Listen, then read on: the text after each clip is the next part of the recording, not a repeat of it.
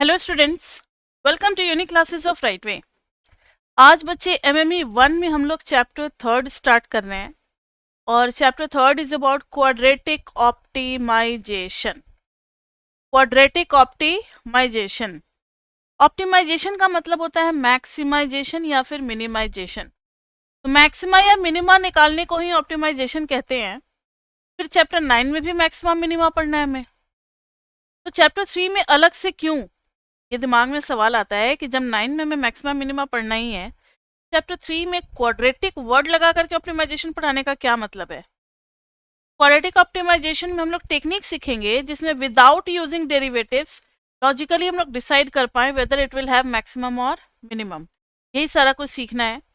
और quadratic function जो है ये बहुत इंपॉर्टेंट फंक्शन है, क्योंकि आपका बहुत सारा cost function, revenue function, cost function जो है वो क्वाड्रेटिक फॉर्म में होता है।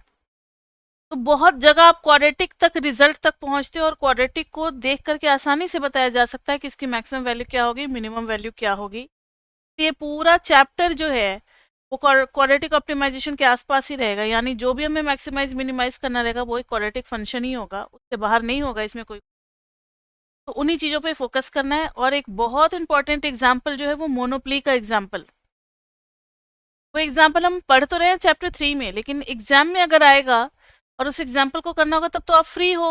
वहां तो लिखा हुआ नहीं रहेगा कि यूज क्वाड्रेटिक ऑप्टिमाइजेशन टेक्निक, तो सीधा लिखा रहेगा फाइंड द मैक्सिमम प्रॉफिट। तो आप कोई भी मेथड अपना सकते हो, चैप्टर 9 का भी चैप्टर 3 का भी। तो मेन बात यह है कि चैप्टर 3 में जो मोनोप्ली वाला एग्जाम्पल करेंगे और उसमें जो कॉन्सेप्ट देंगे वो आपका MME1, MME2, MME3, micro macro हर जगह यूज होगा। तो today's class is going to be very very important. पहले ही बता दे रहे हैं कि आप अपना फोकस ज्यादा रखोगे, ज्यादा अच्छे से समझो, ठीक है। और इससे आता ही आता है बच्चे क्वेश्चन पेपर में। तो मान लो let f x is equal to, general जो एक क्वाड्रेटिक फंक्शन लिखते हैं वो होता है a x square plus b x plus c. यही होता है ना, बचपन से पढ़ते चले आ रहे हो। अब इसके क्या क्या होंगे क्वाड्रेटिक फंक्शन के, 9th-10th में भी पढ़ा होगा आपने। क्वाड्रेटिक फंक्शन है, हो सकता है कि इस टाइप से फंक्शन हो। क्वाड्रेटिक फंक्शन है तो इसका ग्राफ क्या बनेगा, पैराबोला। ये तो बात क्लियर है, y equal to x square is always a parabola. थोड़ा ऊपर बन सकता है, थोड़ा नीचे बन सकता है। अगर ऐसा केस हो गया तो इसमें हमें टू रूट्स मिल रहे हैं। इसमें क्या मिल रहे हैं, टू रूट्स। और दो रूट से ज्यादा तो हो भी नहीं सकते, क्योंकि इसका डिग्री कितना है, 2 है। इसका डिग्री कितना है, 2 है। क्वाड्रेटिक ऑप्टिमाइजेशन, ठीक है। अब देखो, कभी हो सकता है कि आपका पैराबोला सिर्फ एक्स एक्सिस को एक पॉइंट पे टच करके निकल जाए, हो सकता है, बिल्कुल हो सकता है। उस केस में हमें कितना मिलेगा, 1 रूट। कभी ऐसा भी हो सकता है कि पैराबोला टच ही ना करे, या तो ऊपर चला जाए या फिर नीचे चला जाए। इस केस में हमें क्या मिलेगा, नो रूट। तो क्वाड्रेटिक फंक्शन में there may be 3 situations, no root, 1 root और 2 रूट्स। अब एक फंक्शन को आप, दो रूट होंगे ही होंगे, तो चलो y equal to x square plus 2। y equal to x square आपने पढ़ा है, ये वाला होता है, होता है। और y equal to x square plus 2, ये चला गया ऊपर, 0 2। इसके पास तो एक भी रूट नहीं है। रूट का मतलब क्या होता है, जहां पर y क्या हो जाएगा, 0। 0 तो होगा ही नहीं ना, x square plus 2, no root. समझ में आई बात। रूट का मतलब होता है point on x axis where the graph is cutting x axis, वही पॉइंट्स हमारे रूट्स कहलाते हैं। तो जरूरी नहीं कि क्वाड्रेटिक का हमेशा रूट होगा ही होगा। ये भी आगे पढ़ाएंगे नेक्स्ट क्लास में कि क्वाड्रेटिक इवन डिग्री फंक्शन है ना, कि रूट नहीं भी हो सकते। ऑड डिग्री अगर होता तो कम से कम एक रूट जरूर होता। ये चीज हम लोग इसी चैप्टर में पढ़ेंगे, लेकिन सेकेंड क्लास में पढ़ेंगे, अभी नहीं उस पर जाना। अभी सिर्फ क्वाड्रेटिक के बारे में सीखना है, क्यूबिक का बताएंगे नेक्स्ट क्लास में। तो कभी कभी रूट हो भी सकता है, कभी कभी नहीं भी हो सकता है। अब लॉजिकली हम लोग बात करेंगे क्वाड्रेटिक फंक्शन के बारे में। y is equal to a x square plus b x plus c. अब देखो जरा, इसमें आपने बचपन में पढ़ा होगा making perfect square. Perfect square बनाने के लिए एक्स स्क्वायर के साथ जो कांस्टेंट होता है इसको बाहर ले लेते हैं, x square plus b by a into x plus c by a. लिख सकते हैं, बिल्कुल लिख सकते हैं, ऐसे ले सकते हैं ना कॉमन ए। उसके बाद से आपने आपने पढ़ा होगा एक्स स्क्वायर 2 से मल्टीप्लाई कर देते हैं और 2 से क्या कर देते हैं, डिवाइड कर देते हैं। मल्टीप्लाई और डिवाइड से कोई फर्क पड़ेगा क्या? बिल्कुल नहीं पड़ेगा। मैथमेटिक्स तो कहता है आपको जितना मर्जी उतना मल्टीप्लाई करो, लेकिन डिवाइड भी कर दो, result final result is not going to be change. अब ध्यान देना, हो क्या रहा है, ए तो ठीक है, this is x square plus 2x into b by 2a। अगर आप इसको कुछ अल्फा ले लेते हो तो अल्फा का स्क्वायर तो 2 अल्फा, तो ये पूरा हो गया बीटा। यानी हमारे पास होना चाहिए था b बाई 2a का होल स्क्वायर, नहीं है तो हमने प्लस और माइनस कर दिया, प्लस c बाई a। कोई दिक्कत इसमें? अब मुझे ये बताओ, ये तीनों टर्म मिल करके क्या होंगे? ये तीनों टर्म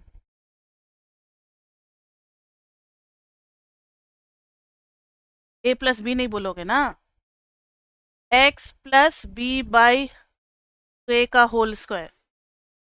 ठीक है, अब इस पूरे को सॉल्व करेंगे लेकिन a मल्टीप्लाई के साथ, तो a नीचे में आ जाएगा, इसका हो जाएगा 4a स्क्वायर बच्चे, 4a स्क्वायर, ऊपर में हो जाएगा b square minus b square और प्लस a है सिर्फ नीचे तो 4a, 4ac, a से a cancel, y is equal to a x plus b by 2a का whole square plus 4ac minus b square by 4a। ठीक है, अब ध्यान से देखो, y को हमने दो पार्ट में स्प्लिट कर दिया, y को हमने दो पार्ट में स्प्लिट कर दिया। पहले ये था क्वाड्रेटिक फंक्शन, इसको दो पार्ट में स्प्लिट कर दिया। अब सब कुछ a पे डिपेंड करेगा। ये पूरी चीज कांस्टेंट मानी जाएगी, इसको हम लोग क्या मानेंगे, कांस्टेंट, क्योंकि ये हमारे हाथ में नहीं है, x और y के हिसाब से ये चेंज नहीं होगा। जो भी क्वाड्रेटिक इक्वेशन में a b c की वैल्यू दी होगी वो तो फिक्स होगा, ये भी वैल्यू फिक्स्ड होगी, मतलब we can't control it, we can't change it, हम इसको चेंज नहीं कर सकते, ये तो फिक्स हो गया। तो y की वैल्यू में तो ये दिखेगा ही दिखेगा। अब इधर देखो, ये चीज जो है this one is greater than equal to 0 always, whole square है, उसके साथ a लगा हुआ है, तो अब a पे सब कुछ डिपेंड करेगा, डिपेंड अपॉन a। अब ध्यान से देखना, केस 1 लिखने जा रहे हैं। Case 1, if a is positive, if a is positive तब क्या होगा? ध्यान से देखना, y is equal to something positive plus constant आ जाएगा, यही होगा ना जो दो पार्ट है। अगर a पॉजिटिव है तो किसी पॉजिटिव के साथ a को मल्टीप्लाई करेंगे तो वो भी टर्म क्या हो जाएगा, पूरा का पूरा पॉजिटिव। जो लेफ्ट वाला पार्ट है वो पॉजिटिव होगा, जो राइट वाला पार्ट है वो क्या हो जाएगा, वो कांस्टेंट ही है, उसमें तो चेंज नहीं आएगा, वो तो एबीसी जो क्वेश्चन में दिया रहेगा वही रहेगा, उसको हम चेंज थोड़ी कर देंगे अपने हिसाब से। अब ध्यान से सुनो, दिस पॉजिटिव का मतलब है ग्रेटर देन इक्वल टू 0, आप नॉन नेगेटिव भी मान सकते हो, नॉन नेगेटिव लिख दो ज़्यादा अच्छा है ना, नॉन नेगेटिव, और ये तो कांस्टेंट है ही। तो y जो है उसका मैक्सिमम आप बता सकते हो क्या? नहीं, क्योंकि मैक्सिमम के लिए आप जैसा x डालोगे, 2 लाख डालोगे, 5 लाख डालोगे, 2 करोड़ डालोगे, वैल्यू बढ़ती ही चली जाएगी y की। मैक्सिमम तो हम फाइंड आउट कर ही नहीं सकते, हम मिनिमम जरूर फाइंड आउट कर सकते हैं। मिनिमम के लिए इसकी वैल्यू को क्या होना पड़ेगा, 0, तो minimum y is equal to 0 plus k का मतलब है minus b square plus 4ac upon 4a। तो minimum f x equal to minus b square plus 4ac by 4a, और ये किस पे होगा, किस पे होगा, जब ये पूरी चीज देखो, जिसको येलो में शेड करें, जब ये पूरी चीज क्या होगी, 0। और ये 0 कब होगी, जब x is equal to minus b by 2a अंदर में आ जाए, at x is equal to minus b by 2a। Clear. तो अगर क्वाड्रेटिक में a जो है वो पॉजिटिव आ गया तो उसका मिनिमम वैल्यू मिलेगा। अब केस 2 अगर नहीं समझ में आया तो केस 2 देखो, हो सकता है इसमें दिमाग में क्लिक कर जाए। अगर a नेगेटिव होगा तब क्या होगा, अगर a नेगेटिव हुआ बच्चे तो नेगेटिव इंटू पॉजिटिव क्या दे देगा, नेगेटिव, नेगेटिव। और इधर क्या है, ये तो कांस्टेंट है, तो कांस्टेंट को तो चेंज कर ही नहीं सकते हम। y इज इक्वल टू आ जाएगा नेगेटिव, या यूं कह ले non positive, is equal to 0 भी हो सकता है, non positive plus constant. Non positive का मतलब है लेस देन इक्वल टू 0,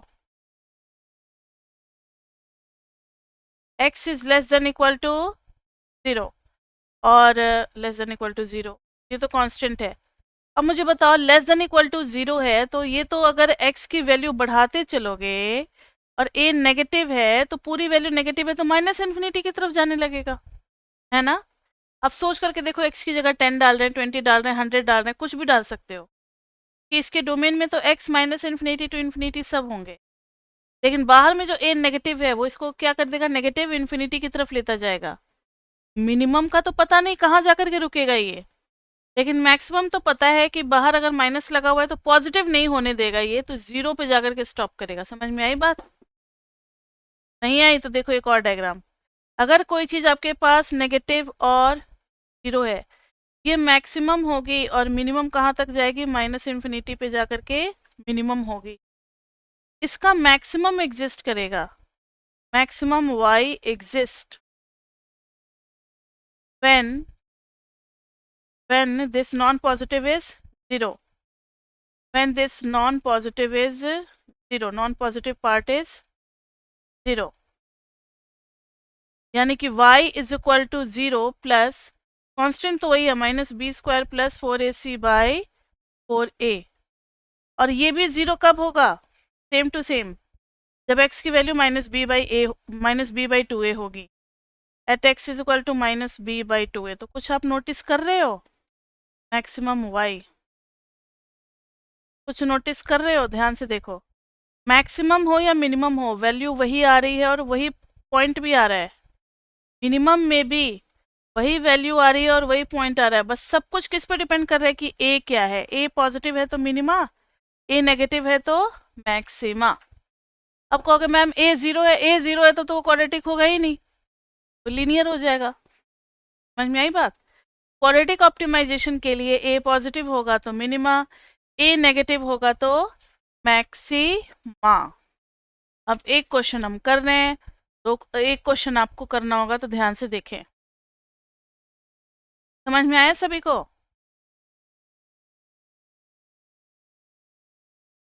थोड़ा थोड़ा आया तो एक एग्जांपल देखो। ये ना कॉन्सेप्ट आपका बहुत जगह यूज होता है, MME 1 2 3 इकोनोमेट्रिक्स माइक्रो मैक्रो बहुत जगह, क्वेश्चन के थ्रू हो सकता है समझ में आ जाए। यहाँ देखो, मैंने जो आपको बताया था कि आप बाहर में कॉमन ले लोगे तो एक्स स्क्वायर का 1 है तो 1 ही रहेगा, इसलिए कॉमन लेने का यहाँ कोई ज़रूरत नहीं है क्योंकि यहाँ 1 है।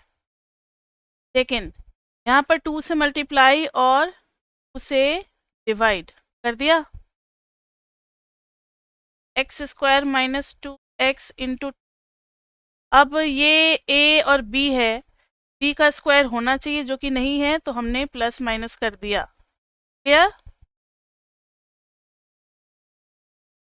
अब ये तीनों चीज बन जाएगा x माइनस 2 का होल स्क्वायर, और इधर है -4 और +3 तो -1। अब बताओ, ये तो कांस्टेंट है, -1 तो चेंज होने वाला है नहीं। x माइनस 2 का होल स्क्वायर का कोफिशिएंट क्या है? पॉजिटिव है। तो f x x minus 2 square is always greater than equal to 0। तो इस केस में क्या होगा? या तो 0 या उससे बड़ा हो सकता है। तो मैक्सिमम का तो पता नहीं कहाँ जाएगा, मिनिमम तो निकाल सकते हैं ना। तो minimum f x is equal to, इस पार्ट को होना पड़ेगा 0, -1 एट, और ये 0 कब होगा? जब x की वैल्यू कितनी होगी? 2। अब बताओ, अब जब न्यूमेरिकल किए तो अब समझ में आया ना मेथड? इसी को हम लोगों ने उधर मतलब थ्योरेटिकली किया था। समझ में आया?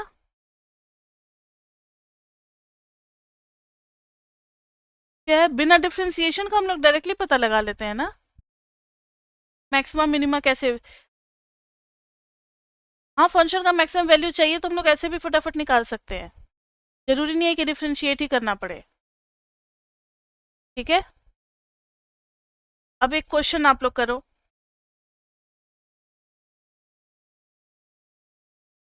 नहीं, उल्टा बोल रहे हो। वैल्यू आई है -1 और वो किस पे? At x is equal to 2। अब एक क्वेश्चन करो तो आप लोग, f x is equal to -3 x² plus 30x -30 को सॉल्व करना है। यहाँ तो चलो आपको क्या कॉमन लेना पड़ेगा? सबसे पहले -3 को कॉमन लेकर के फिर जो मैंने प्रोसेस पिछले एग्जाम्पल में किया था वही सब आपको दोबारा करना है। करो तो जरा इसको। हो गया तो चलो देखते हैं कि कैसे करना है इसको। जिनसे नहीं हुआ वो बच्चे देख लें।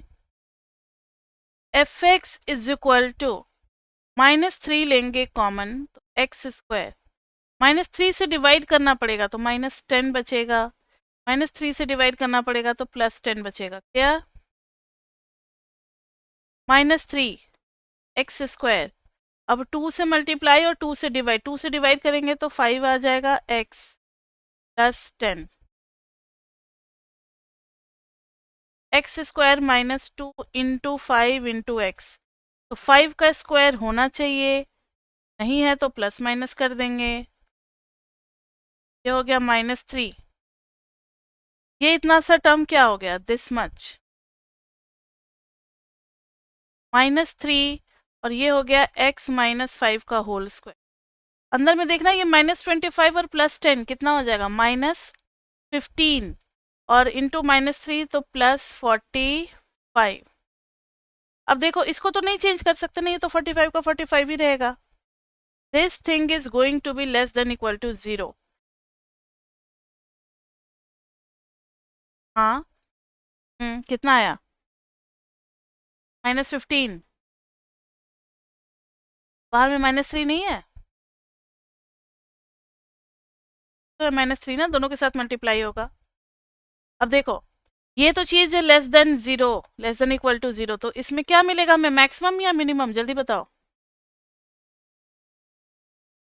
हाँ, maximum f x is equal to, this part has to be 0, 0 + 45 at, ये कब 0 होगा? कितने पे? At x is equal to 5।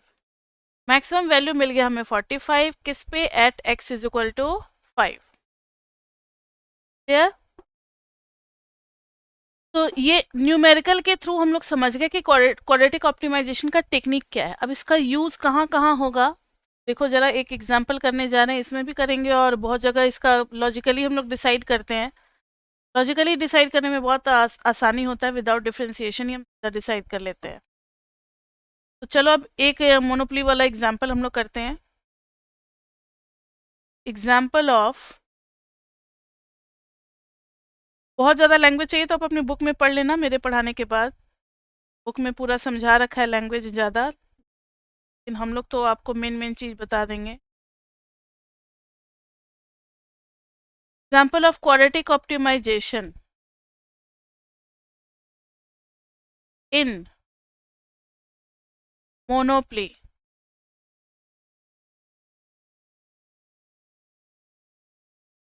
देखो जरा, मोनोपोली में इन्होंने कॉस्ट फंक्शन हमें दिया हुआ है, c is equal to alpha q plus beta q. This is the cost function given. Quantity हमेशा पॉजिटिव रहेगा, क्वांटिटी हमेशा क्या रहेगा बताओ? पॉजिटिव रहेगा।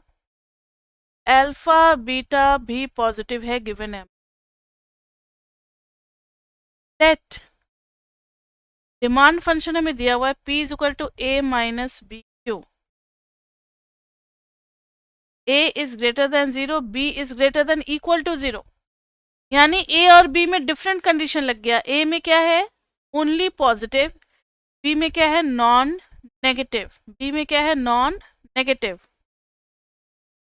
इसमें बहुत सारे पार्ट्स हैं जो कि हमें करने हैं। RX फाइंड आउट करना है, रेवेन्यू क्या होगा है, पाई एक्स क्या होगा ये हमें फाइंड आउट करना है। दूसरा पार्ट है मैक्सिमम प्रॉफिट कितना होगा ये हमें फाइंड आउट करना है। ये एग्जाम्पल काफ़ी बड़ा है, एग्जाम्पल के साथ ही क्लास हो जाएगा हमारा आज का ओवर। सॉरी। अगर a less than equal to alpha हो जाए तब क्या होगा situation? If b is equal to 0 हो जाए with a less than equal to alpha. नहीं अलग है, एक मिनट। सिक्स्थ में है if b is equal to 0, if b is equal to 0 and p is less than alpha. Seventh में है इक्विलिब्रियम हमें फाइंड आउट करना है। और एट्थ में है इफेक्ट ऑफ टैक्सेशन। एक एक चीज को बहुत अच्छे से समझना है क्योंकि ये जो एग्जाम्पल है ये काफी इंपॉर्टेंट पिलर है आपके पूरे मैथ्स का। ठीक है, इसमें जो कॉन्सेप्ट्स बताए जाएंगे ये कॉन्सेप्ट्स बहुत जगह यूज हों। तो चलो, सबसे पहली बात कि कैसे पता लगेगा कि ये मोनोपोली है या कॉम्पिटिटिव है। ध्यान से सुना जो बता रहे हैं। Q है क्वांटिटी, P है प्राइस। डिमांड फंक्शन में जैसे जैसे Q बढ़ेगा P की वैल्यू कम होगी या ज्यादा होगी?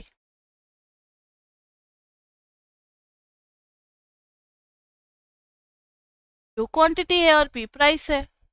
लीनियर डिमांड फंक्शन हमें गिवन है। क्लियर? अगर Q बढ़ेगा तो प्राइस बढ़ेगा, माइनस है ना उसके आगे, वो तो और घटा देगा ना प्राइस को। जब B पॉजिटिव दिया हुआ है, this part is positive, B positive है, तो Q अगर बढ़ेगा तो B पॉजिटिव है लेकिन बाहर में जो माइनस लगा हुआ है तो ये प्राइस को क्या कर देगा? कम कर देगा। तो there is negative relationship between price and quantity. Quantity के बढ़ने से प्राइस क्या हो रहा है? कम हो रहा है। ये हमारा मोनोपोली में होता है। कॉम्पिटिटिव में क्या होता है कि कोई फर्क नहीं पड़ता कि आपका क्वांटिटी कम है या ज़्यादा है, आपके पास एक पेन है या 1000 पेन है। कॉम्पिटिटिव में आपको प्राइस फिक्स रखना पड़ेगा, नहीं तो बगल वाले शॉप पे लोग चले जाएंगे। आप ये नहीं कह सकते कि मेरे पास एक ही पेन है और मेरा खर्चा वर्चा ज़्यादा है तो हम इसका प्राइस 5000 कर देते हैं, कोई नहीं खरीदेगा। बगल वाले शॉप पे वो 5 रुपये में अवेलेबल है तो कोई आपसे 5000 में क्यों कर देगा? लेकिन मोनोपोली में क्या होता है कि अगर आपके पास इस बार बहुत कम प्रोडक्शन हुआ है और आपको फर्म को चलाना है, इंडिया में सिर्फ आप ही की एक फैक्ट्री है, तो आप उसका प्राइस बढ़ा दोगे, कहोगे कि इसमें मेरा लागत नहीं है, मेरा खर्च ज़्यादा लग गया तो अब मुझे प्राइस बढ़ाना पड़ेगा। तो वो मोनोपोली हो गई आपकी। फिर भी कस्टमर उस चीज़ को परचेज करेगा क्योंकि कोई ऑप्शन ही नहीं है। तो ये चीज़ होती है कि मोनोपोली में ना प्रॉफिट ओरिएंटेड प्राइस एडजस्ट किया जाता है कि आपका प्रॉफिट लेवल इतना रखना है कि सबको सैलरी दे करके कुछ मेरे पास भी बच जाए। उस हिसाब से प्राइस हम लोग फिक्स करते हैं क्वांटिटी का। तो क्वांटिटी ज़्यादा होगा तो प्राइस कम में भी काम चल जाएगा, लेकिन अगर क्वांटिटी कम होगा तो प्राइस को ज़्यादा रखना पड़ेगा। ये चीज़ होता है मोनोपोली में। लेकिन कॉम्पिटिटिव में मार्केट में बिल्कुल फिक्स्ड प्राइस है हर जगह। आपका फैक्ट्री है, बगल में दूसरा फैक्ट्री है, बगल में तीसरा फैक्ट्री है, आप प्राइस बढ़ाओगे तो लोग उधर चले जाएंगे, इसलिए आप बढ़ा भी नहीं सकते, आपको फिक्स रखना पड़ेगा। ठीक है, तो ये है मोनोपोली का। देखो, पहले हमें रेवेन्यू निकालना है। कॉस्ट में क्या निकालना है? रेवेन्यू। रेवेन्यू का फॉर्मूला क्या होता है? Revenue is what? After selling certain item what do we get in the terms of money, that is called revenue. तो रेवेन्यू जो है वो प्राइस इंटू क्वांटिटी हो जाएगा। रेवेन्यू क्या हो जाएगा बताओ बच्चे? Price into quantity. अगर प्राइस पर यूनिट आपने फिक्स किया हुआ है तो मतलब प्राइस पर यूनिट जो भी है फिक्स किया हुआ नहीं बोलेंगे कि मोनोपोली है, जो भी प्राइस है उसको अगर क्वांटिटी से मल्टीप्लाई कर दोगे तो टोटल आपका बिल निकल आएगा, that will be your revenue. तो यहाँ पर बताओ प्राइस क्या है, ए माइनस बी क्यू था ना, a minus B q into q, तो revenue is equal to a q minus B q square. This is revenue function, that's it. इतना ही काम था फर्स्ट पार्ट में। दूसरे पार्ट में था कि आप निकालो प्रॉफिट फंक्शन। ध्यान से सुनना बच्चे, रेवेन्यू के लिए तो हम लोगों ने, हाँ, रेवेन्यू के लिए तो हमने आर आर इस्तेमाल किया। प्रॉफिट के लिए हम लोग पाई यूज करते हैं। क्या यूज करते हैं? पाई। प्रॉफिट के लिए पी लेटर बहुत लोगों ने कहा कि पी यूज कर लेते हैं, लेकिन प्राइस के लिए पी यूज हो चुका था तो कंफ्यूजन हो जाता है, इसलिए हम लोग क्या यूज करते हैं? पाई। तो पाई हो जाएगा रेवेन्यू माइनस कॉस्ट। तो revenue is a q minus B q square and what is cost? Cost तो देखना पड़ेगा ना, alpha q plus beta q square, alpha q plus beta q square. So this is a minus alpha q minus b plus beta q square. This is pi q. Profit function. Profit function के बाद third part में था maximise profit. Maximum profit निकालना है। क्या निकालना है हमें? Maximum profit. पाई क्यू तो है ही ना हमारे पास, minus b plus beta q square और plus a minus alpha into q. अब ध्यान दो बच्चे, यहाँ पर हमें क्वाड्रेटिक ऑप्टिमाइजेशन इस्तेमाल करना है क्योंकि अभी तक हमने डिफरेंशिएशन नहीं पढ़ा है अकॉर्डिंग टू आवर बुक, लेकिन एग्जाम में आएगा तो आप डिफरेंशिएशन भी इस्तेमाल कर सकते हैं। अभी तक हमने नहीं पढ़ा है, क्या नहीं पढ़ा है? अभी तक हमने डिफरेंशिएशन नहीं पढ़ा है। तो क्वाड्रेटिक ऑप्टिमाइजेशन वाली टेक्निक से ध्यान हम विथ रिस्पेक्ट टू क्यू करेंगे। अभी ध्यान दो जरा, अभी जो हमने मेथड अपनाया था ना क्वेश्चन में, न्यूमेरिकल में, थ्योरी में, वही चीज़ यहाँ करने वाले। सबसे पहला स्टेप क्या होना चाहिए, कोई आइडिया?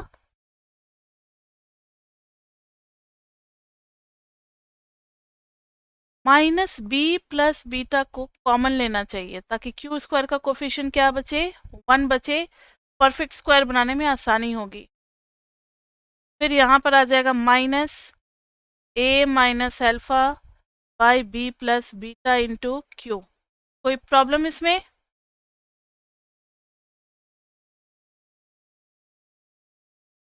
अब देखो, क्यू स्क्वायर तो है ही, 2 से मल्टीप्लाई किया और a minus alpha by 2 b plus beta two q, ये हो गया 2 ए और ये पूरा हो गया बी।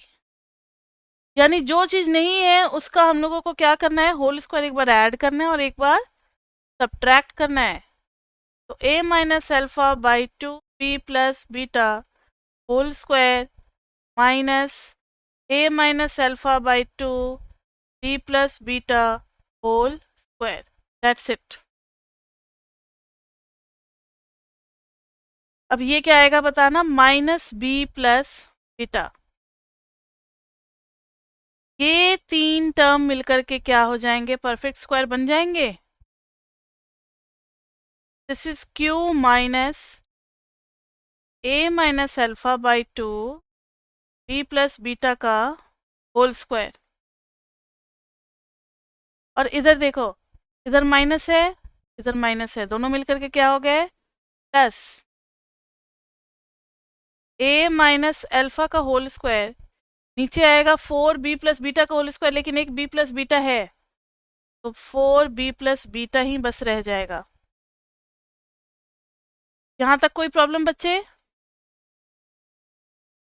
अब देखो, इसमें तो हम लोग कंट्रोल नहीं कर सकते ना, दिस इज कांस्टेंट, कोई एक्स ही नहीं है, कोई क्यू नहीं है इसमें, सॉरी क्यू नहीं है। ए अल्फा बी बीटा ये सब कांस्टेंट है तो ये कांस्टेंट ही रहेगा। लेकिन यहाँ पर हम कंट्रोल कर सकते हैं, क्यू की वैल्यू ये वाली ब्रैकेट हो सकती है, एंड बी और बीटा हमें गिवन है क्या, पॉजिटिव।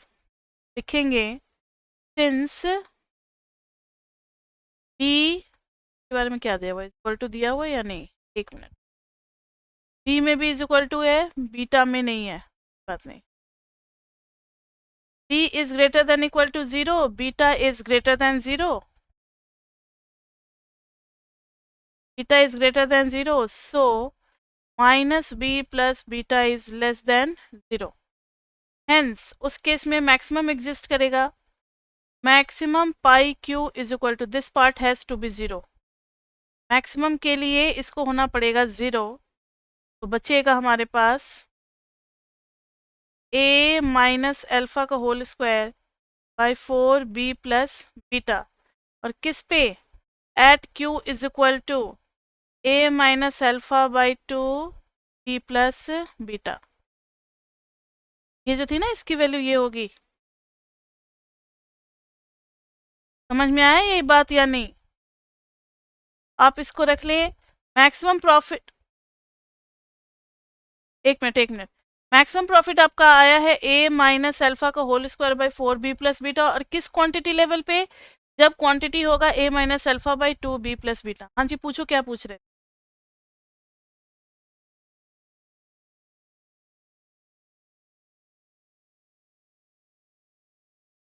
बी नेगेटिव है, बीटा नेगेटिव है, कहाँ नेगेटिव है, दोनों पॉजिटिव दिया हुआ है ना हमें।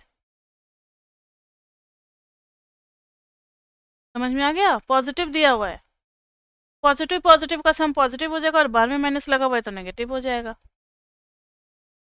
आगे बात समझ में? अब फोर्थ पार्ट है, फोर्थ पार्ट में है, अगर a less than equal to alpha होगा तब क्या होगा। a less than equal to alpha होगा तो इस केस में क्या किया जाएगा, तो ध्यान से देखो, प्रॉफिट पे तो कोई फर्क नहीं पड़ेगा, इन क्वांटिटी में जरा देखो, पुटिंग इन क्यू स्टार कर दो, मैक्सिमम का है, this is pi star, maximum value है, पुटिंग इन क्यू स्टार, तो क्यू स्टार में कह रहा है a minus alpha by 2 b plus beta. ध्यान से सुनना, b पॉजिटिव बीटा पॉजिटिव, लेकिन a माइनस एल्फा क्या, नेगेटिव, ये हो जाएगा negative, as a is less than equal to alpha, तो a minus alpha is less than equal to 0, तो ये होने लगेगा लेस देन इक्वल टू 0। क्या कभी सुना है कि क्वांटिटी नेगेटिव हो सकता है?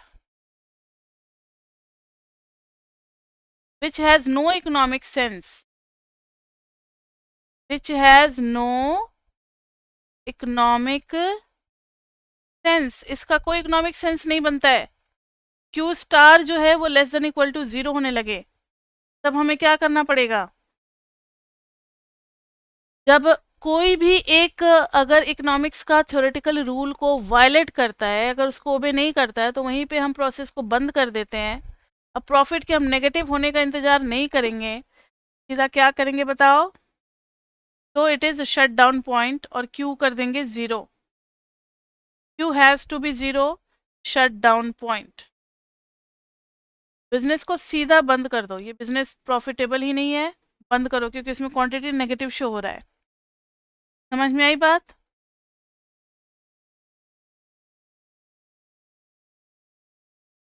समझ में आई बात या नहीं? ठीक है, हाँ जी, क्या कंफ्यूजन है, कोई भी कंफ्यूजन है तो पूछो।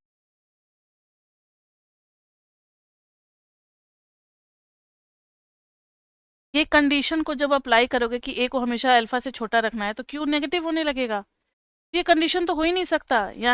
यानी अगर आप जबरदस्ती ए को अल्फा से छोटा करोगे तो फिर बिजनेस क्या बंद करना पड़ेगा, वो अलाउ ही नहीं है, क्वांटिटी नेगेटिव होने लग, हाँ क्वांटिटी नेगेटिव आ जाएगा, इकोनॉमिक सेंस ही नहीं निकलेगा, तो फिर बंद करो बिजनेस को, ये तो मॉडल ही गलत हो गया। समझ में आई बात?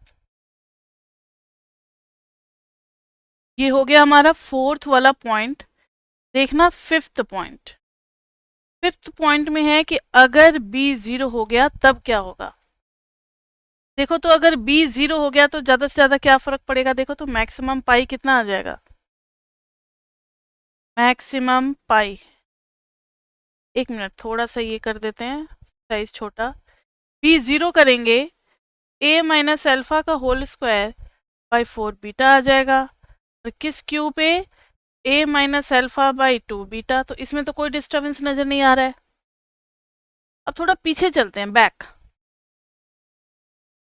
बी ज़ीरो कर रहे हैं, बी ज़ीरो कर रहे हैं, बी ज़ीरो कर रहे हैं, तो बी मुझे यहाँ दिखा। अगर बी ज़ीरो कर दोगे तो P हो जाएगा A माइनस ज़ीरो, यानी कि P इज इक्वल टू ए। तब P हो जाएगा फिक्स्ड, तब ये मार्केट किधर की तरफ शिफ्ट कर जाएगा? Market will become competitive. समझ में आई बात? तो यही मोनोप्ली में अगर B ज़ीरो कर देंगे तो सब कुछ कॉम्पिटिटिव के लिए हो जाएगा। तो लिख देंगे if B is equal to zero, then P is equal to क्या हो जाएगा? A minus zero into q. P is equal to हो जाएगा A।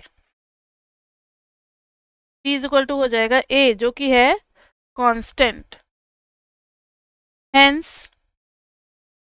market has become competitive। ये जो मैक्सिमम प्रॉफिट है, ये कॉम्पिटिटिव में मैक्सिमम प्रॉफिट है, और ये जो क्यू है, ये कॉम्पिटिटिव का क्वांटिटी लेवल है जिस पे मैक्सिमम प्रॉफिट मिल रहा है। क्लियर बच्चे? तो आप एक काम करोगे, इसके नीचे सी लगा दोगे, यहाँ पर भी सी लगा दोगे, तो ये पहचान हो जाएगी कि ये कॉम्पिटिटिव का है। नेक्स्ट पार्ट, फिफ्थ हो गया, सिक्स्थ पे चलते हैं। हाँ ठीक है, सिक्स्थ में है if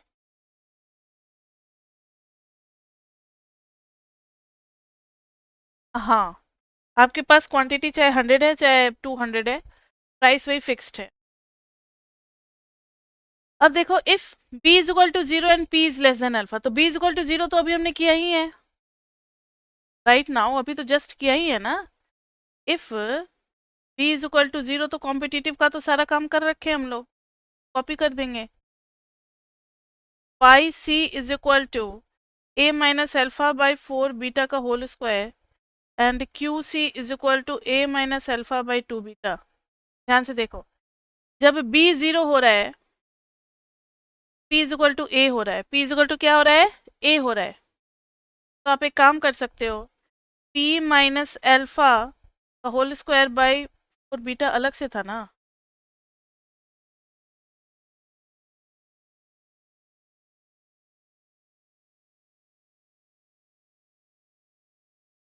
four beta at q c is equal to p minus alpha by 2 beta. अब इफ p लेस देन होने लगे अल्फा से, तब क्या होने लगेगा बताओ? फिर से क्वांटिटी होने लगेगा negative, then q c becomes negative, which has no economic sense, which has no economic sense। फिर से आ गया शट डाउन पॉइंट। ये कब का शट डाउन पॉइंट होगा? कॉम्पिटिटिव में हो। अगर आपके मॉडल में दिखने लगे बी ज़ीरो और पी लेस देन अल्फा, तो ये कॉम्पिटिटिव में शट डाउन का पॉइंट होगा। क्लियर बच्चे? ये था हमारा सिक्स्थ पार्ट। अब जरा देखना सेवेंथ पार्ट में क्या है। इक्विलिब्रियम निकालना है और इसमें टैक्सेशन करना है, ठीक है। Seventh part, equilibrium. ध्यान से देखो, तो इक्विलिब्रियम के लिए हमारे पास है P is equal to a minus B q. ये कौन सा फंक्शन होगा? ये होगा हमारा डिमांड फंक्शन।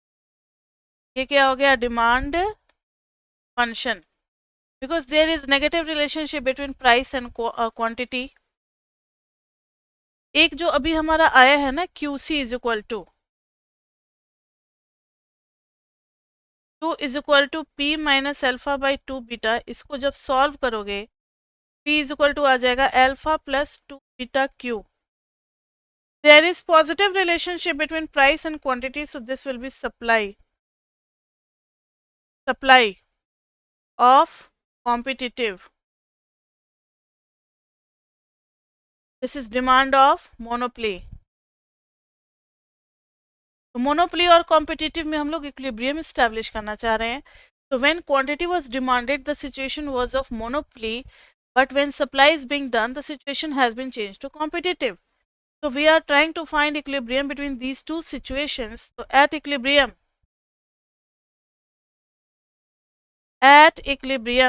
क्या हो जाएगा? Demand is equal to supply. तो ये डिमांड का प्राइस है और ये सप्लाई का प्राइस है, दोनों equal. A minus B Q is equal to alpha plus two beta Q. A minus alpha is equal to two beta plus B Q आएगा. क्यू इज इक्वल टू कितना हो जाएगा? A minus alpha by two beta plus B. ये आ गया हमारा quantity at equilibrium. So E लिख दिया हम लोगों ने, क्वांटिटी एट इक्विलिब्रियम. अब अगर आपको प्राइस चाहिए तो किसी एक में डाल दो, क्योंकि दोनों प्राइस तो सेम ही थे ना. P is equal to a minus B q. तो equilibrium price is equal to a minus b into equilibrium quantity. A minus b, a minus alpha by two beta plus b. This is two a beta plus a b minus a b plus b alpha by two beta plus b. A b cancel और ये कितना आ गया? Two a beta plus b alpha by two beta plus B. ये आ गया हमारा equilibrium का प्राइस. समझ में आई बात? ये था 7th पार्ट. अब हम लोग चलते हैं 8th पार्ट पे. Effect of taxation.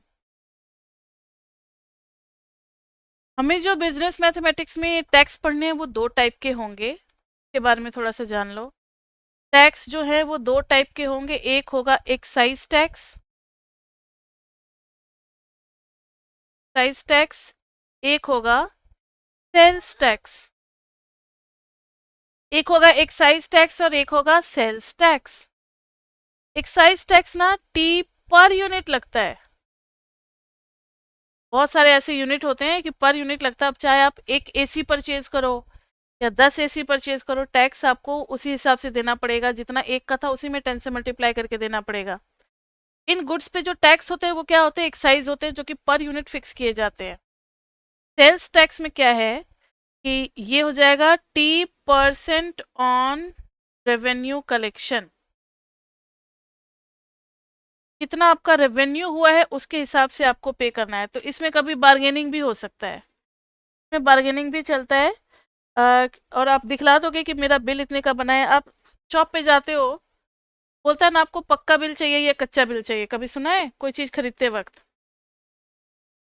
पक्का बिल में क्या होता है कि पक्का बिल में जैसे ही वो आपको देंगे ना, वो उनके इन्वेंट्री में शो होने लगेगा और वो इन्वेंट्री बुक गवर्नमेंट के नज़र में आ जाता है.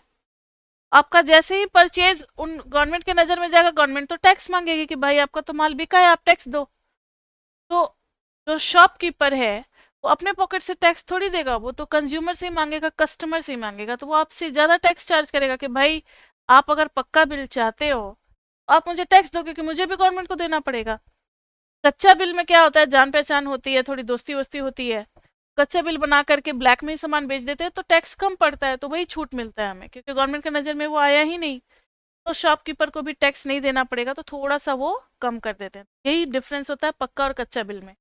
लेकिन फिर वही सावधान रहे, पक्का बिल अगर आप लेते हो तो आप क्लेम कर सकते हो, आप उस पर केस कर सकते हो, कुछ भी कर सकते हो अगर डिफेक्ट हुआ तो. कच्चे बिल में कोई सुनवाई नहीं होगी. गवर्नमेंट भी कहता है कि आपने इलीगल किया. आप जाओगे अगर कंप्लेन करने, पहले वो आपको पकड़ेगा कि आपने इलीगल काम किया क्यों, आपने टैक्स क्यों नहीं.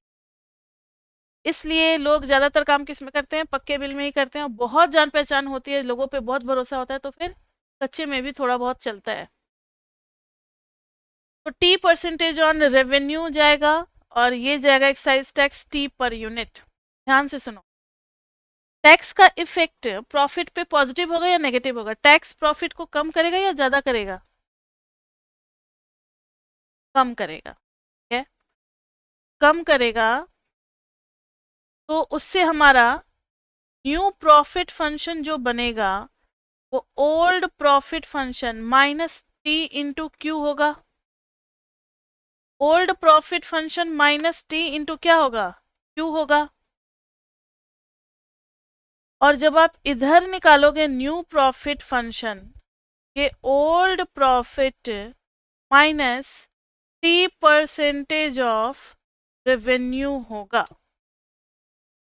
टी परसेंटेज ऑफ रेवेन्यू होगा। और फिर बाकी का सारा काम सेम है, मैक्सिमाइज करना है प्रॉफिट फंक्शन को, इधर भी मैक्सिमाइज करना है प्रॉफिट फंक्शन को, ठीक है। तो इसके क्वेश्चंस हम लोग करेंगे। एक कितना टाइम हुआ है, ठीक है, अभी क्वेश्चन कर सकते हैं हम। क्वेश्चन करें या नेक्स्ट क्लास में करें? चलो, एक क्वेश्चन आपके असाइनमेंट में है, पेज नंबर 13। असाइनमेंट का जब आप खोलोगे ना तो उसमें पेज 13 है, पे मिलेगा आपको क्वेश्चन। उसमें रेवेन्यू दे रखा है 4x, नहीं, प्राइस दे रखा है per unit is equal to, per unit का प्राइस है 4, कॉस्ट फंक्शन दे रखा है 400 प्लस 1/2 x/50 का स्क्वायर। पूछा है इन्होंने प्रॉफिट निकालो,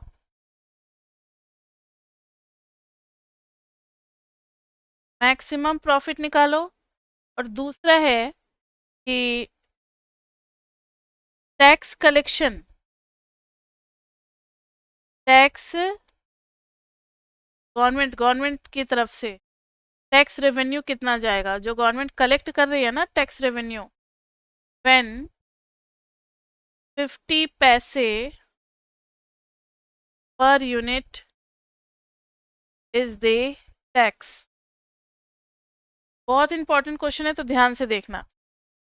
व्हेन 50 पैसे पर unit is the tax, tax revenue क्या होगा, गवर्नमेंट का टैक्स रेवेन्यू क्या होगा।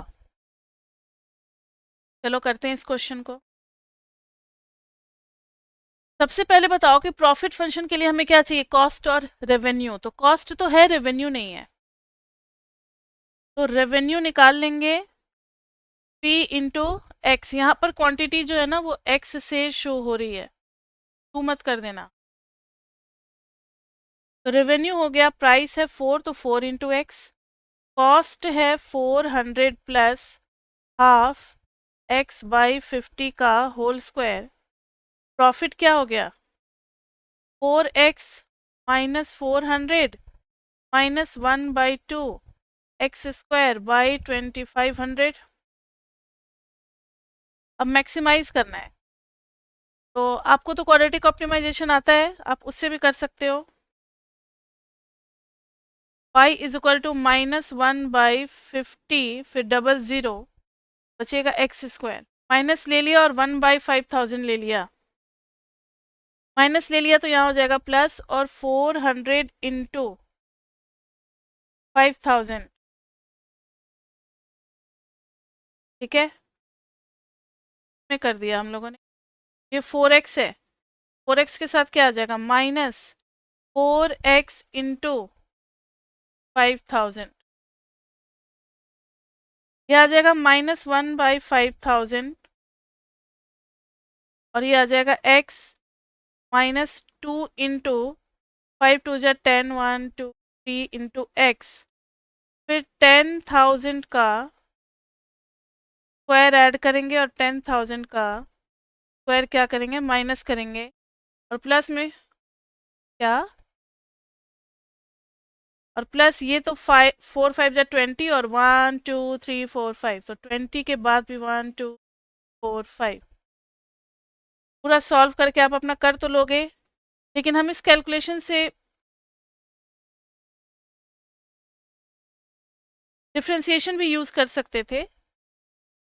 ये देखो, ये 3 टर्म क्या बन गया, x माइनस 10,000 का होल स्क्वायर, और फिर ये है 1 2 3 4 4 4 8 आ जाएगा और ये हो जाएगा 3 6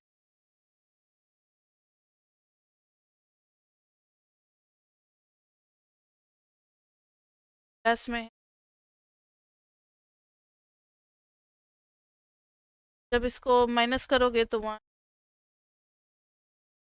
5 100 में से 20 जाएगा ना।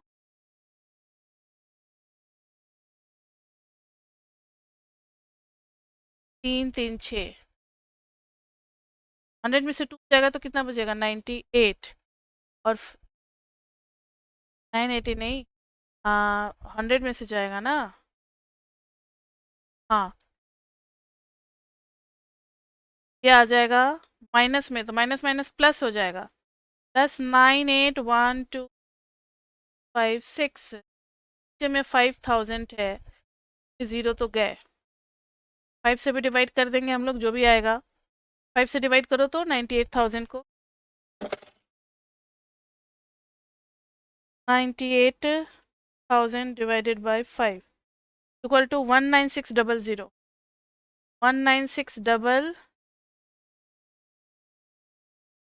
और इधर तो बच्चे माइनस में है तो इसको रहने दो ये तो मैक्सिमाइज करने में गायब ही हो जाना है x माइनस 10,000 का होल मैक्सिमम प्रॉफिट कितना हो गया 19600 इस पे at x is equal to 10,000। ठीक है अब दूसरे पार्ट में क्या है टैक्स का तो टैक्स कितना पे करना पड़ेगा आपको tax amount not revenue tax amount to be deducted कितना हो जाएगा 50 पैसे तो 0.5 इन एक्स ये इतना आपको माइनस करना पड़ेगा। New profit function new pi यानी कि pi n will be equal to old pi minus 0.5 into x. Old pi क्या था हमारा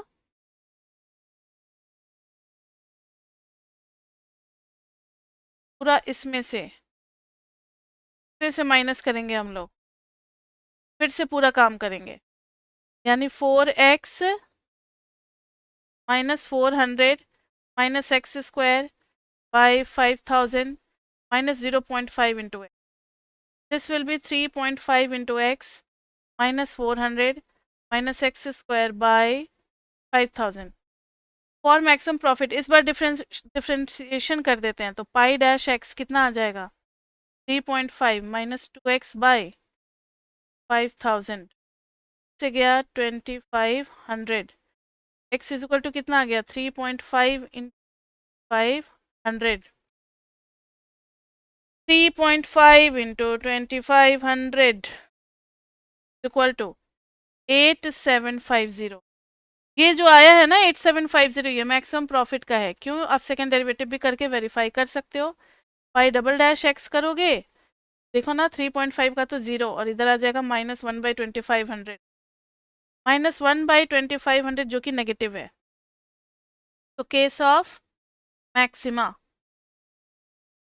तो x is equal to 8750 gives maximum tax वाला प्रॉफिट। अब ध्यान से सुनना गवर्नमेंट का जो टैक्स रेवेन्यू है उसको हम लोग कैपिटल टी से रिप्रेजेंट कर रहे हैं गवर्नमेंट टैक्स रेवेन्यू जो कलेक्ट कर रही है गवर्नमेंट जब टैक्स लेगी वो इस मैक्सिमम प्रॉफिट वाले पे ही अप्लाई करेगी टैक्स वो कहेगी इतना ही यूनिट आपका सेल हो रहा है इंटू 0.5 समझ में आई बात अभी बता रहे हैं क्यों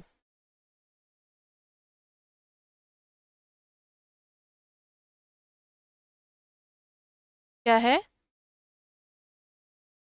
सॉल्व कर दिया ना मैंने for maximum pi dash x क्या हो जाएगा 0 3.5 is equal to x by 2500 फिर एक्स की वैल्यू आ जाएगी क्या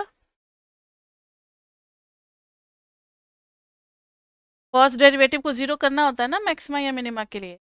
अब सुनो गवर्नमेंट का जो टैक्स कलेक्शन जाएगा वो इतना रुपीज होगा 4375। अब आप कहोगे कि मैम ये इतना जो मेहनत है ये क्यों किया आपने तो हमें वो मैक्सिमम प्रॉफिट वाला एक्स चाहिए पहले वाला नहीं चलेगा पहले जो एक्स था 10,000 उस पे नहीं लगेगा टैक्स। जब आप टैक्स लगा रहे हो तो नया प्रॉफिट फंक्शन भी बनाना पड़ेगा, नया एक्स भी आएगा, उसके हिसाब से टैक्स भी पे करना पड़ेगा। इस पे एक छोटी सी कहानी है, वो हम आपको बताते हैं। पहले क्लास 2 लिख लेते हैं, चैप्टर 3 नेक्स्ट क्लास में। हाँ,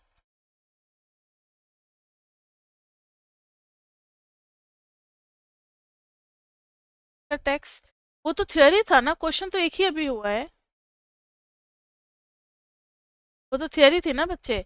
एक और क्वेश्चन है, सुनो, आपके बुक में जो कोकोआ वाला है ना, वो आपको होमवर्क में करना है। होमवर्क में आप देखोगे तो बस एक ही क्वेश्चन है कोकोआ वाला, टैक्सेशन के बाद मोनोपोली के बाद एक ही सिंगल क्वेश्चन है, वो आपको करके लाना है। नेक्स्ट क्लास में उसको डिस्कस करेंगे। कोको पेज नंबर मुझे याद नहीं है, देखना ना उसमें कोकोआ का है। कोकोआ प्रॉब्लम एक ही दिया ही हुआ है, थोड़ा बड़ा सा है लैंग्वेज, उसमें 4-5 पार्ट है, वो सारे 4-5 पार्ट आपको करने हैं। अब ध्यान से सुनो कि ये जो टैक्स लगा है, जब मैक्सिमम क्वांटिटी मैक्सिमम प्रॉफिट वाली क्वांटिटी एक आ चुकी थी, तो फिर टैक्सेशन वाला निकाला हम लोगों ने, टैक्स वाले को ही निकाल करके उसके साथ मल्टीप्लाई करेंगे। अब बात ये आती है कि मैक्सिमम प्रॉफिट वाला एक्स क्यों। ध्यान से सुनो, एक जो वो चाट पापड़ी नहीं बनाता है, भेलपुरी समझ लो या जो भी समझ लो, सीपी में एक बंदा अपना रेहड़ी लगाता था, जिसको ठेला भी कहते हैं रेहड़ी भी कहते हैं। वो ठेला लगाता था, उस पर वो सेल करता था। उसके चाट के एक प्लेट का कॉस्ट था, कॉस्ट कुछ और हो सकता है, कहानी सच्ची है, भले ही रेट थोड़ा ऊपर नीचे हो सकता है। एक का चार्ज करता था 80 रुपीज, ठीक है, एक प्लेट का। और सीपी पे ऐसे ही सारे रेस्टोरेंट तो काफ़ी महंगे महंगे होते हैं, वहाँ पे कुछ बहुत सारे सेल्समैन थोड़े कम कमाते हैं, वो रोज तो बाहर खाना नहीं खा सकते, रेस्टोरेंट में घर से नहीं लाए, कहीं इसी जगह पे खाना खा लेते हैं। और बहुत मतलब मिडिल क्लास गरीब लोगों की भीड़ होती है जो इन्हीं लोगों से खाना खाती है, तो बहुत भीड़ होती है सीपी पे। और इसने छुट्टी वाले दिन लगा लिया, एक दिन में इसका लगभग लगभग 1500 प्लेट बिक जाता है।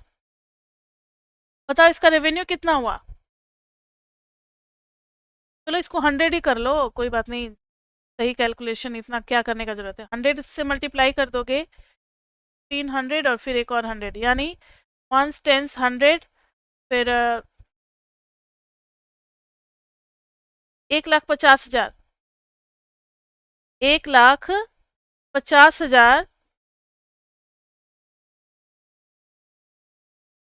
वो एक दिन में 1,50,000 का बेच लेता था माल। अब सुनो ध्यान से, आवाज आ रही है मेरी, ठीक है। सुनो, एक प्लेट का लेता था वो 100 रुपीज, एक दिन में 1500 प्लेट उसके लगभग लगभग बिक जाते थे, कभी कम कभी ज्यादा। तो वो एक दिन में 1.5 लाख रुपया कमा लेता था। कॉस्ट वास्ट अपना माइनस कर दो, जो भी है अपना। अब इनकम टैक्स वालों की नजर पड़ी उस पे, भाई ये बंदा तो बहुत कमा रहा है, एक दिन में 1.5 लाख रुपया रेवेन्यू कलेक्शन जा रहा है, तो एक महीने में कितना जा रहा होगा, इतना तो बड़े बड़े शॉप का भी नहीं होता है। इनकम टैक्स वालों ने सोचा कि इसको पकड़ा जाए। अब गरीब आदमी को तो पकड़ नहीं सकते ना, जो ठेला लगाता है उसे टैक्स क्या लोगे, रोड किनारे ठेला लगा रहा है तो। तब उन लोगों ने ना सिविल ड्रेस में आना शुरू किया और उसे दोस्ती बढ़ाई, 2-4 दिन फॉलो किया, तो देखा कि जिस दिन छुट्टी होती है ना, उस दिन काफी ज्यादा भीड़ होती है, लोग घूमने के लिए निकलते हैं। तो टैक्स वालों ने छुट्टी के दिन, हॉलीडे के दिन, संडे को उसके यहाँ रेड मारा। अब रेड में देखो, ऐसे तो उसका 1500 प्लेट बिकता था, उस दिन उसके बिक गए कितने, 1800 प्लेट बिक गए। अब कहोगे इनकम टैक्स वालों को कैसे पता लगा, क्या सुबह से रात तक वो लोग बैठ करके प्लेट ही काउंट कर रहे थे, कैसे पता लगाएंगे, अगर आप ही को भेज दिया जाए तो आप कैसे पता लगाओगे कि उसका कितना प्लेट बिका है, जल्दी बताओ।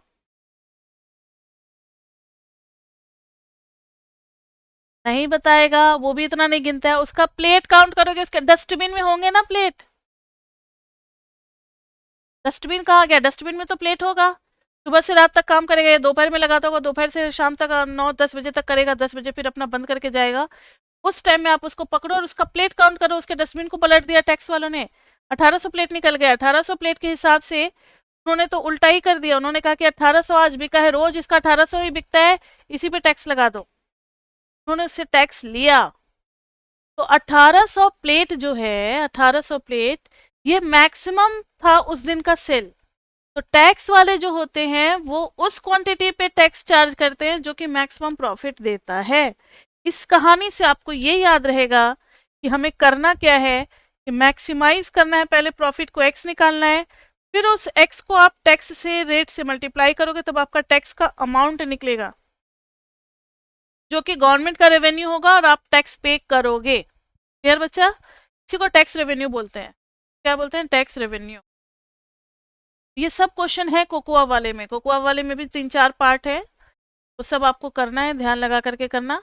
नेक्स्ट क्लास में उसको डिस्कस करेंगे पहले कोकोआ का, फिर हम लोग आगे बढ़ेंगे। आगे क्या क्या टॉपिक करेंगे, आगे थोड़ा क्यूबिक फंक्शन के बारे में जानेंगे और कुछ रूट्स के बारे में पढ़ेंगे कि एनएस डिग्री क्या होता है, फिर इंटीजर रूट थ्योरम पढ़ेंगे, रिमाइंडर थ्योरम पढ़ेंगे, एक्सपोनेंशियल फंक्शन। तो चैप्टर 3 बहुत बड़ा नहीं है, 2 से 3 क्लास में हो जाता है, 3 क्लास से ऊपर कभी नहीं लगता।